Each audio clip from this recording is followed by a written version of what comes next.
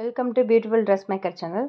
இன்றைக்கி நம்ம என்ன பார்க்க போகிறோம்னா, நெக் ஃபினிஷிங் எப்படி பண்ணுறதுன்னு பார்க்க போகிறோம். ஒரு லைனிங் கிளாத்தில் ஒரு சுடிதாரோ இல்லை ப்ளவுஸோ என்ன மெட்டீரியல் நீங்கள் தைச்சாலும் நெக் ஃபினிஷிங் எப்படி பண்ணுறதுன்னு பார்க்கலாம். லைனிங் கிளாத்தில் நீங்கள் கட் பண்ணதுக்கப்புறம் அதை மெயின் ஃபேப்ரிக்கில் வச்சு இதனுடைய உள்பக்கம், அதோடு இதனுடைய மேப்பக்கம் அதனுடைய மேப்பக்கம் ஒன்று மேலே ஒன்று வர்ற மாதிரியும் நம்ம வச்சுட்டு அப்புறம் அடிக்கணும். ஓகேங்களா? அதுக்கப்புறம் நம்ம அது என்ன ஷேப்போ அந்த ஷேப்புக்கு நம்ம என்ன பண்ணுறோம், அடிச்சுக்கிறோம்.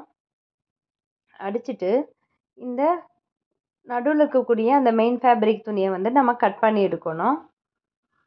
அந்த துணியை கட் பண்ணி எடுத்துட்டு நம்ம என்ன பண்ணணும், அந்த ஷேப்பு நம்ம ஒரு வேளை நீங்கள் ரெக்டாங்கிளில் ஏதோ ஒரு ஷேப்பு கொடுத்துருக்கீங்க அப்படின்னா அந்த இடத்துல ஒரு கட், இந்த மாதிரி கட் மார்க் போடுங்க. இது யூ ஷேப்பில் இருக்குது, இது அந்த இடத்துல ஒரு கட் மார்க் போட்டுக்குங்க. அந்த கட்டிங் அந்த நூலை கட் பண்ணிடக்கூடாது, நூலுக்கு முன்னாடி வரைக்கும் கட் பண்ணால் போதும். அடுத்ததாக திருப்பி படிமான தையல் போட்டுக்கணும். ஒரு டைமண்ட் ஷேப்பில் நீங்கள் கொடுத்துருந்தா கூட அந்த கரெக்டாக அந்த கார்னரில் நல்லா ஒரு கட் பண்ணிங்கன்னா தான் அது அழகாக திரும்பும். இந்த மாதிரி நீங்கள் தைக்கும்போது நீங்கள் அதுக்கு மேலே பைப்பிங் கொடுத்துக்கலாம். அப்போ நீட் ஃபினிஷிங் உங்களுக்கு கிடைக்கும். ஒரு வேளை நீங்கள் பைப்பிங் கொடுக்கணும்னு நினச்சிங்கன்னா.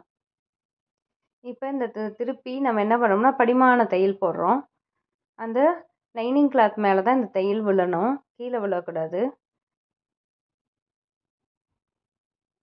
அந்த படிமான தையல் போட்டு திரும்ப நம்ம என்ன பண்ணுறோம்னா ஃபுல்லாக நம்ம உள்பக்கத்தை உள்ளே திருப்பிடுறோம். திருப்பிட்டோம்னா அந்த படிமான தையல் உள்ளே போயிடும். அதுக்கு மேலே இப்போ என்ன பண்ண போகிறோம்னா, நீங்கள் இது மே பக்கம் வச்சு இந்த தையல் போடலாம், இல்லை உள் பக்கம் வச்சும் போடலாம். நம்ம அதில் ஒட்டி ஒரு ஓரமாக ஒரு தையல் போட்டுரும். இப்போ உங்களுக்கு ஸ்டிஃபாக கிடைக்கும். தேங்க்யூ ஃபார் வாட்சிங் திஸ் சேனல்.